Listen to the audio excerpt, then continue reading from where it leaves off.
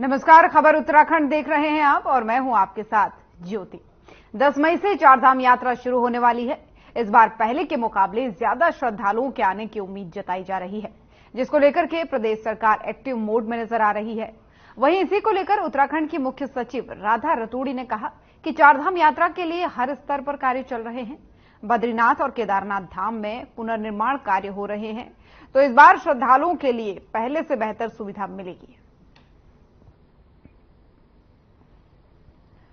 तो चारधाम यात्रा को के अपडेट को लेकर की खबर है, जहां पर मुख्य सचिव राधा रतूड़ी का कहना है कि इस बार चारधाम जाने वाले श्रद्धालुओं को पहले की अपेक्षा जो है ज्यादा सुविधाएं मिलेंगी। दरअसल लगातार चारधाम यात्रा की तैयारियां जोरों शोरों पर है। प्रशासन अपने स्तर पर जुटा हुआ है, सरकार अपने स्तर पर जुटी हुई है, तो श्रद्धालुओं की सुविधा के लिए पूरी तरीके से इंतजाम किए जा रहे हैं। और इसी कड़ी में दौरा भी किया था मुख्य सचिव राधा रतूड़ी ने जो है चारधाम का, और इस दौरे में उन्होंने व्यवस्थाओं का जायजा लिया था, साथ ही स्थलीय निरीक्षण भी किया था कि किस तरीके से योजनाएं बनाई जा रही हैं। और उन्होंने कहा कि प्रयास है कि श्रद्धालुओं को ज्यादा से ज्यादा सुविधाएं मिल सकें।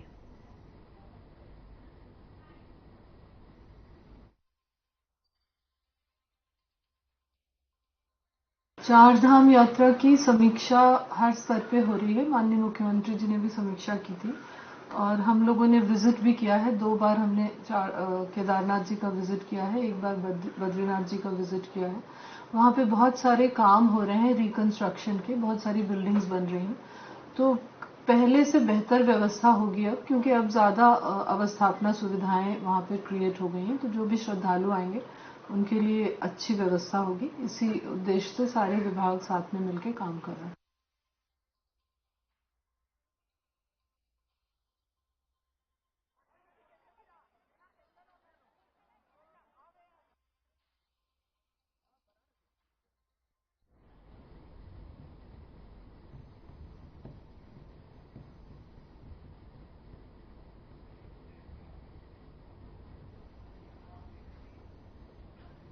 लोकसभा चुनाव को लेकर के सभी राजनीतिक दलों के बीच आरोप प्रत्यारोप का सिलसिला लगातार जारी है।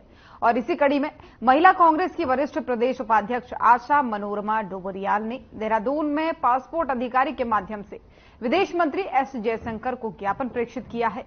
और ज्ञापन प्रेषित करने के बाद से कर्नाटक से एनडीए के वरिष्ठ नेता प्रज्वल रेवन्ना और उनके पिता एचडी रेवन्ना के पासपोर्ट रद्द किए जाने की मांग की है।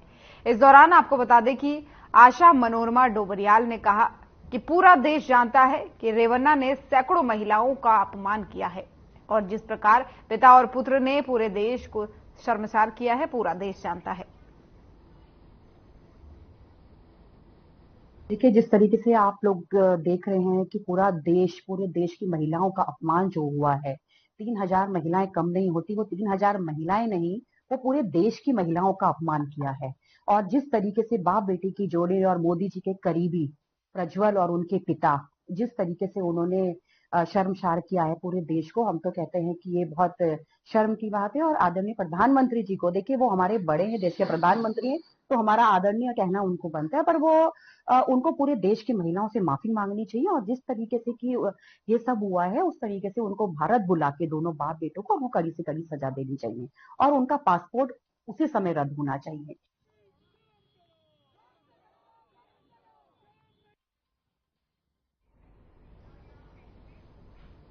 और 10 मई से शुरू होने जा रही चारधाम यात्रा के लिए पुलिस प्रशासन लगातार एक्शन मोड में है। राजधानी देहरादून के पुलिस मुख्यालय में एडीजी कानून व्यवस्था एपी अंशुमान ने पुलिस अधिकारियों के साथ बैठक की, और वहीं इस बात पर एपी अंशुमान ने कहा कि बैठक में मुख्य रूप से भीड़ नियंत्रण और यातायात प्रबंधन पर चर्चा की गई है। साथ ही उन्होंने ये भी कहा कि तमाम जनपदों में एक ट्रैफिक प्लान बनाया गया है और भीड़ नियंत्रण के लिए योजना बनाई गई है, जिसकी बैठक में समीक्षा हुई।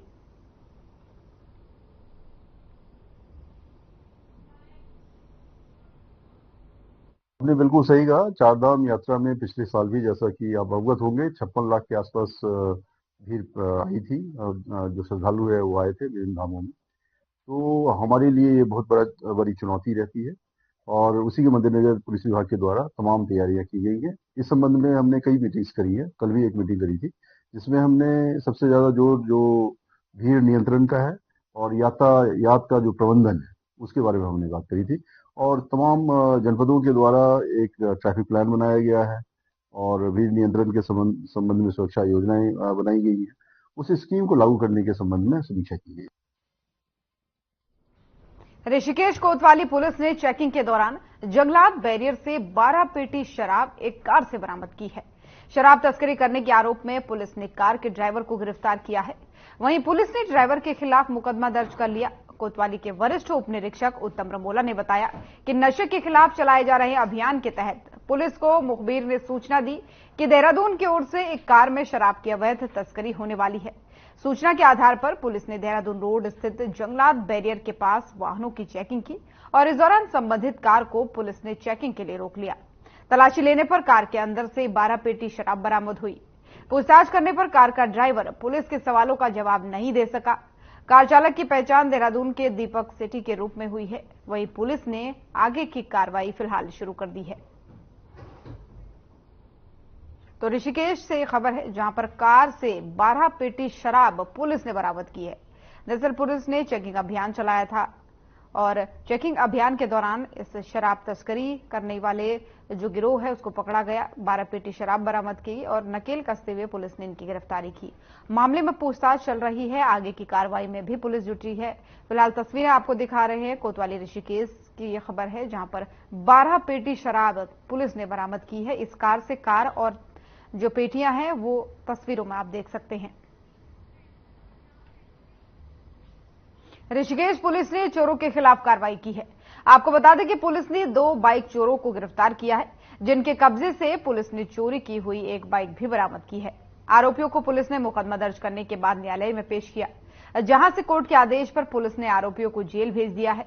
वहीं इस मामले की जानकारी एसएसआई उत्तम रमोला ने दी है।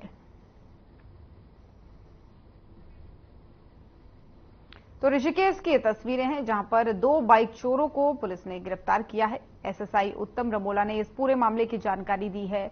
दरअसल ये जो गिरोह था ये बाइक की चोरी करता था और अब पुलिस ने शिकंजा कसते हुए इन दोनों चोरों के खिलाफ मुकदमा दर्ज किया है, इन्हें पकड़ा है। दोनों चोरों को आप देख सकते हैं, ये आरोपी है जिन्होंने चोरी की गई बाइक भी इनसे जब्त की गई है।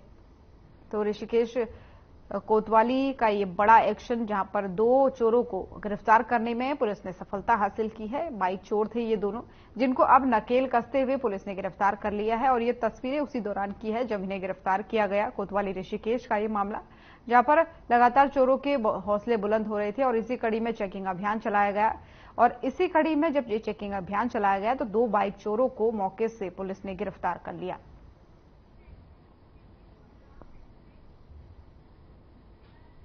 और अल्मोड़ा के जंगलों में आग तांडव मचा रही है। जंगल में आग लगने से 2 लोगों की मौत हो चुकी है।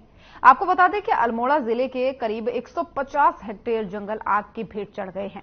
आग से सरकारी और निजी संपत्ति को भी नुकसान पहुंचा है।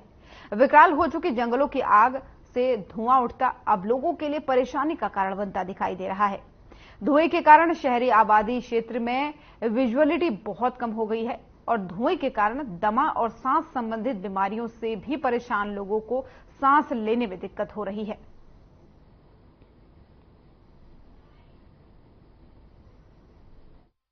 पहले जो है जो आग जो बढ़ रही है शहरों की ओर आ रही है तो उसको संबंधित जो जिम्मेदार लोग हैं उस पर काबू पाएं, जिससे जो है जो जंगल जल रहे हैं उस पर नियंत्रण किया जा सके। और दूसरा जो है बाकी जो है वो लोग इस विषय के ज़्यादा जानकार हैं कि कैसे जो है आग आगे न बढ़ने पाए, उसके उपाय वो कर सकते हैं। बाकी जब धुआं फैली गया है तो जनरल पब्लिक को मास्क लगाया जा सकता है, घरों के अंदर ही रहें, बाहर जो है जहाँ धुआं फैला हुआ है वहाँ न जाएं, उससे खुद ही जो है उससे दूर रहें।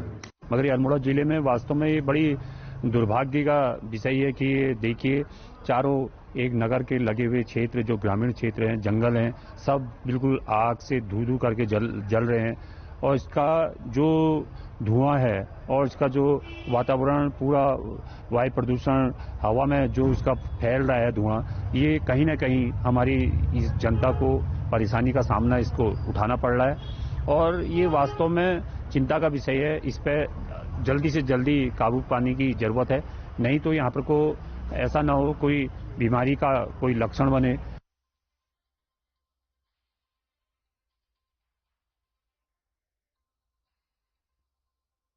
उत्तराखंड कांग्रेस कमेटी ने राष्ट्रपति द्रौपदी मुर्मू को ज्ञापन भेजकर मांग की है कि कोविशील्ड प्रकरण की उच्च स्तरीय जांच की जाए और ये सुनिश्चित करने का आग्रह भी किया है कि उक्त वैक्सीन लेने से पीड़ित नागरिकों को सम्यक क्षतिपूर्ति प्रदान की जाए।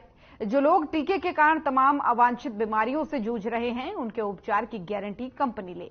साथ ही टीका निर्माता कंपनी को लाभ पहुंचाने वाली भारतीय जनता पार्टी के नेतृत्व वाली सरकार के कोष से वसूली की जाए।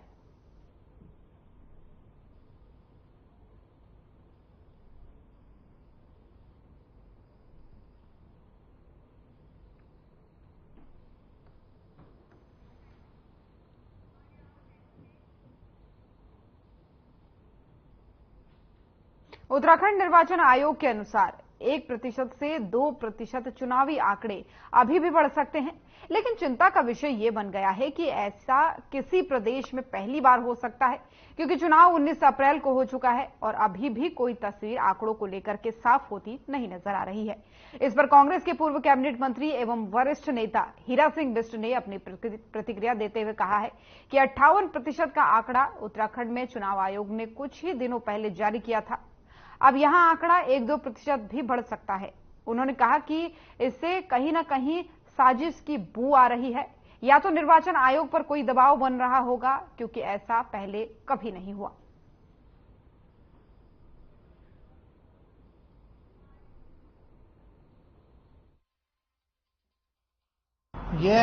ये बड़ी गंभीर चिंता का विषय है कि निर्वाचन आयोग इस तरह की बात करे कि जो पोलिंग के बाद आंकड़े दिए गए 58% और अब कह रहे हो बदल सकते हैं। इसका मतलब कहीं ना कहीं साजिश की बू आ रही है।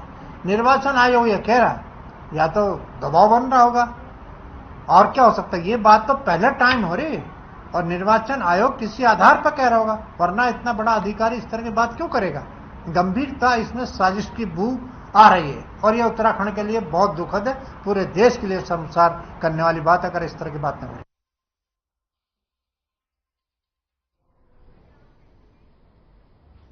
और 10 मई से शुरू होने जा रही चारधाम यात्रा के लिए पुलिस प्रशासन लगातार एक्शन मोड पर है, जिसे लेकर के देहरादून के पुलिस मुख्यालय में एसडीजी कानून व्यवस्था एपी अंशुमन ने पुलिस अधिकारियों के साथ बैठक की। वहीं इस बात पर एपी अंशुमन ने कहा कि बैठक में मुख्य रूप से भीड़ नियंत्रण और यातायात प्रबंधन पर चर्चा की गई। साथ ही उन्होंने कहा कि तमाम जनपदों द्वारा एक ट्रैफिक प्लान बनाया गया है और भीड़ नियंत्रण के लिए योजना बनाई गई है, जिसकी बैठक में समीक्षा की गई।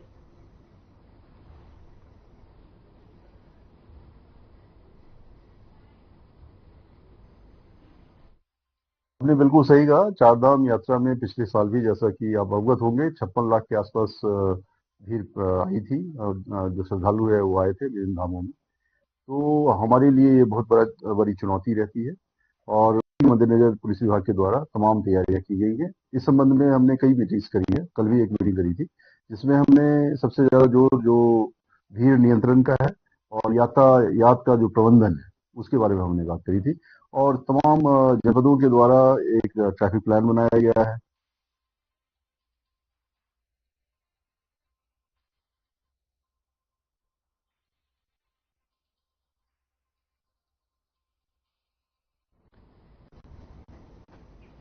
आगामी चारधाम यात्रा के लिए ग्रीन कार्ड के जरिए कमर्शियल गाड़ियों का पंजीकरण किया जा रहा है, तो वहीं यात्रियों के पंजीकरण के लिए ट्रिप कार्ड का भी उपयोग किया जा रहा है। इस बात को लेकर के उत्तराखंड के संयुक्त परिवहन आयुक्त सनत कुमार सिंह ने कहा कि 4 अप्रैल से ग्रीन कार्ड बनने शुरू हो गए थे। साथ ही उन्होंने कहा कि अभी तक करीब 2300 ग्रीन कार्ड बन चुके हैं और 6 मई के आसपास ट्रिप कार्ड बनने शुरू हो जाएंगे।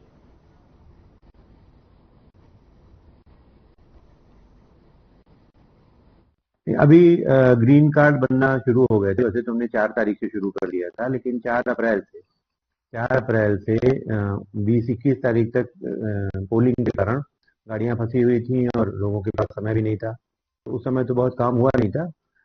इसके बाद थोड़ा सा जोर पकड़ा है। लगभग 2300 गाड़ियों पे के ग्रीन कार्ड कल तक बन चुके थे।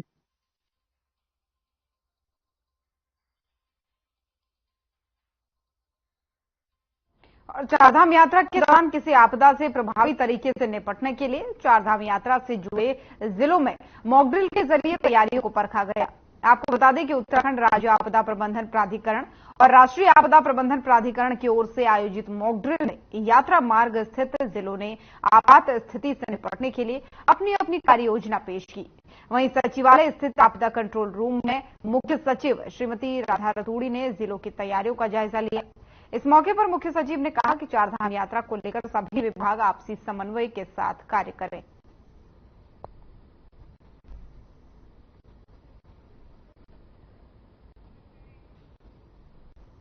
तो देहरादून से खबर आपको बता रहे हैं, जहां पर चारधाम यात्रा की तैयारियां अब लगभग आखिरी चरण में है, क्योंकि 10 मई से चारधाम की यात्रा शुरू होनी है और ऐसे में जो है तैयारियां लगातार चल रही है और इसी कड़ी में मॉक ड्रिल भी किया गया। मॉक ड्रिल के तहत ये सुनिश्चित किया गया कि तैयारियां आखिर कहां तक पहुंची है। और आपको बता दें कि चारधाम यात्रा शुरू होने से पहले मुख्य सचिव राधा रतूड़ी ने भी सभी जगहों का दौरा किया, निरीक्षण लिया और ये पता लगाने की कोशिश की कि धरातल पर जो तैयारियां चल रही हैं वो कहां तक अभी सफल हो पाई है। तो मुख्य सचिव ने ये जायजा लिया है और मेडिकल के संबंध में भी चारधाम यात्रा में जो जो चीजें चाहिए होती हैं उन सभी चीजों का जायजा लिया।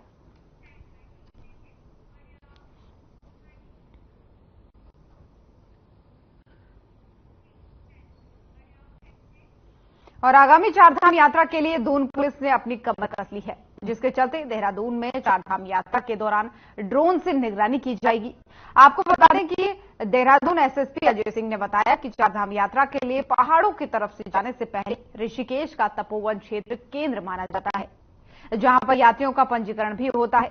साथ ही उन्होंने ये भी कहा कि यातायात प्रबंधन हमारी प्राथमिकता होगी, जिसके लिए चीता मोबाइल बल की संख्या हमने बढ़ा दी है और हॉक आई के साथ मिलकर ड्रोन से जो है यातायात व्यवस्था की निगरानी की जाएगी।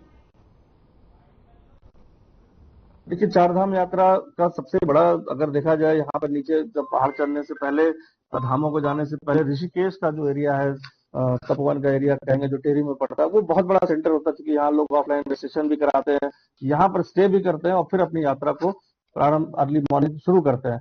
तो उसको देखते हुए चूंकि यातायात प्रबंधन ही हमारे लिए मेन व्यवस्था होती है, इस पर चीता मोबाइल की हमने संख्या वहां पर बढ़ाई है।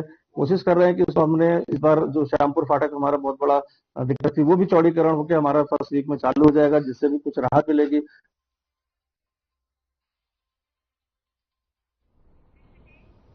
और उत्तराखंड में स्वास्थ्य सेवाओं को बेहतर बनाने और चिकित्सकों की कमी को दूर करने के लिए चिकित्सा शिक्षा विभाग लगातार सकारात्मक पहल कर रहा है। वहीं चिकित्सा शिक्षा निदेशक डॉक्टर आशुतोष सयाना ने कहा कि प्रदेश के सभी चारों राजकीय मेडिकल कॉलेज के पास आउट चिकित्सकों को कई क्षेत्रों में तैनाती दी जा रही है। आपको बता दें कि प्रदेश में इस समय चारधाम यात्रा शुरू होने वाली है और ऐसे में काफी संख्या में यात्रा मार्गों में डॉक्टरों की जरूरत है। यात्रा मार्गों पर इन डॉक्टरों की तैनाती एक बड़ी पहल साबित होगी और इससे तीर्थयात्रियों को बेहतर स्वास्थ्य सेवाएं मुहैया कराने में भी मदद मिलेगी।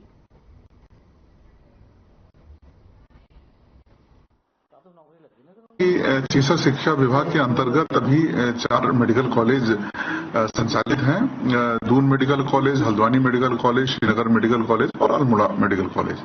तो यहाँ से जितने भी जो है एमबीबीएस स्टूडेंट जो है जो पास हो जाते हैं और जो पीजी पास हो जाते हैं, तो वो स्वास्थ्य विभाग में अगर जिनका बॉन्ड है तो वो हम उनको स्वास्थ्य विभाग को जो है दे देते हैं।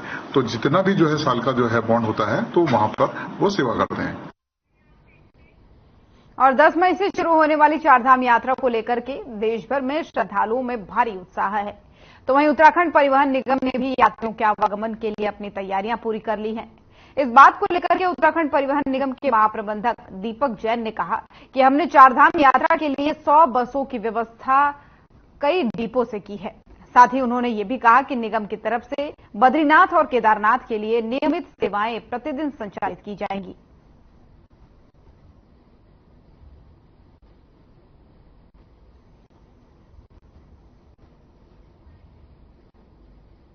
जो आवश्यकता पड़ने पर उपलब्ध कराई जाएंगी और परिवहन निगम द्वारा केदारनाथ और बद्रीनाथ की नियमित सेवाएं प्रतिदिन संचालित की जाएगी, ताकि यदि ज्यादा भीड़ बढ़ती है और अतिरिक्त बसों की आवश्यकता होती है तो परिवहन निगम द्वारा आवश्यकता अनुसार उपलब्ध कराई जाएंगी। और उत्तराखंड में चारधाम यात्रा शुरू होने वाली है। चारधाम यात्रा को लेकर के लोक निर्माण विभाग ने भी अपनी तैयारियां पूरी कर ली हैं। यात्रा मार्ग पर पड़ने वाले, आपको बता दें कि जितने भी स्टेशन है या जितने भी छोटी बड़ी सड़कों को ठीक करने का काम किया जा रहा है और कोशिश की जा रही है कि कहीं सड़क खराब ना हो, जिससे यात्रियों को किसी भी तरह की परेशानी का सामना न करना पड़े। इतना ही नहीं, यात्रा के दौरान लैंडस्लाइड और बारिश से अगर सड़क खराब होती है तो उसको तुरंत दुरुस्त करने के लिए तमाम इंतजाम भी कर लिए गए हैं।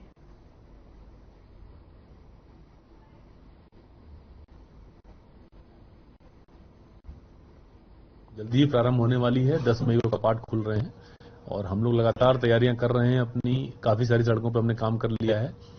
कुछ लॉन्ग टर्म प्लान्स हैं हमारे, जिसपे काफी सालों से काम चल रहा है, जिसमें जो लैंडस्लाइड की ट्रीटमेंट करते हैं हम लोग, जो जोशीमठ से हमारा बद्रीनाथ धाम का जो रोड है, इसी तरीके से बड़कोट से यमुनोत्री का जो स्ट्रेच है, धरासू से ये गंगोत्री का स्ट्रेच है, ये लॉन्ग टर्म काम है जिसपे काम स्टार्ट कर दिया गया है। थोड़ा उसमें समय लगने की संभावना है, लेकिन उसकी जो सतह है, जो सरफेस है, जो ड्राइविंग क्वालिटी चाहिए, उस पर काफी हद तक हमने सुधार किया है और जहां जहां पे कोई माइनर इश्यूज थे जो रिपेयर करने थे वो उन्होंने कराया है।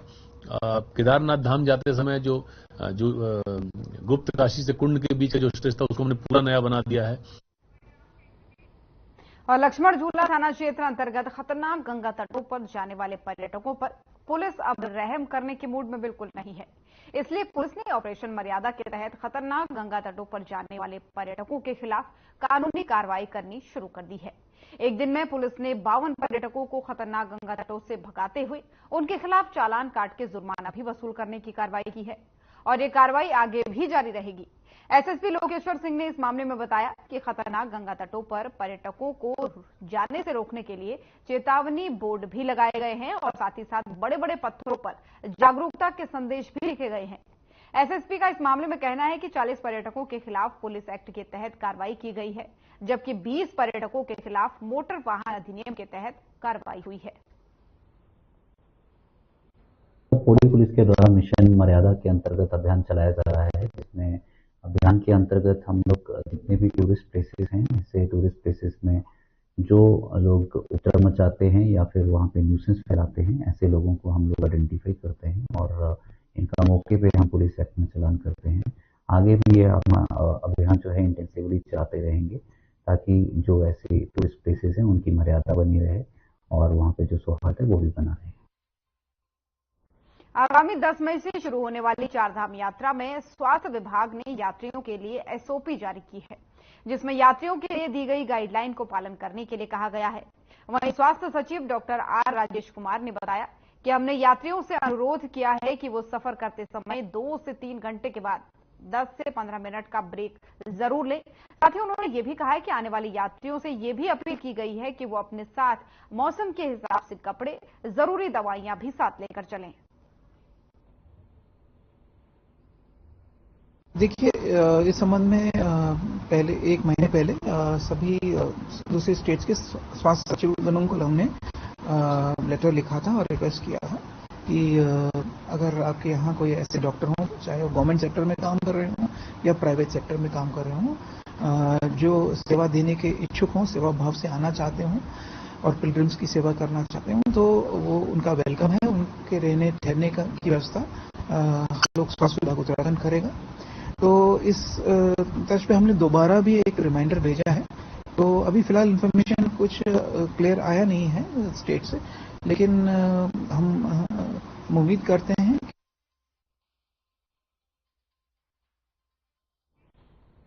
आयकर विभाग ने ऋषिकेश के एक प्रॉपर्टी डीलर और मुनिकीरेती में एक होटल कारोबारी के यहां छापेमारी की। इस छापेमारी को लेकर के तरह तरह की चर्चाएं चल रही हैं। फिलहाल 10 घंटे से ज्यादा हो चुके हैं। इस कार्रवाई के दौरान आयकर विभाग की टीम ने तमाम दस्तावेज जांच के लिए कब्जे में कर लिए हैं। आपको बता दें कि आयकर विभाग की 2 टीम ऋषिकेश पहुंची। पहली टीम ने हरिद्वार रोड स्थित सत्यम प्रॉपर्टी डीलर के ऑफिस और उसके अग्रसेन नगर स्थित आवास पर छापेमारी की, तो वहीं दूसरी टीम मुनिकीरेती के एक होटल में पहुंची। सूत्रों के मुताबिक आयकर विभाग की टीम ने छापेमारी करते ही सभी संचालकों के मोबाइल अपने कब्जे में ले लिए। वहीं ऑफिस, होटल और घर के अंदर जो भी लोग थे उनको बाहर जाने के लिए पाबंद कर दिया।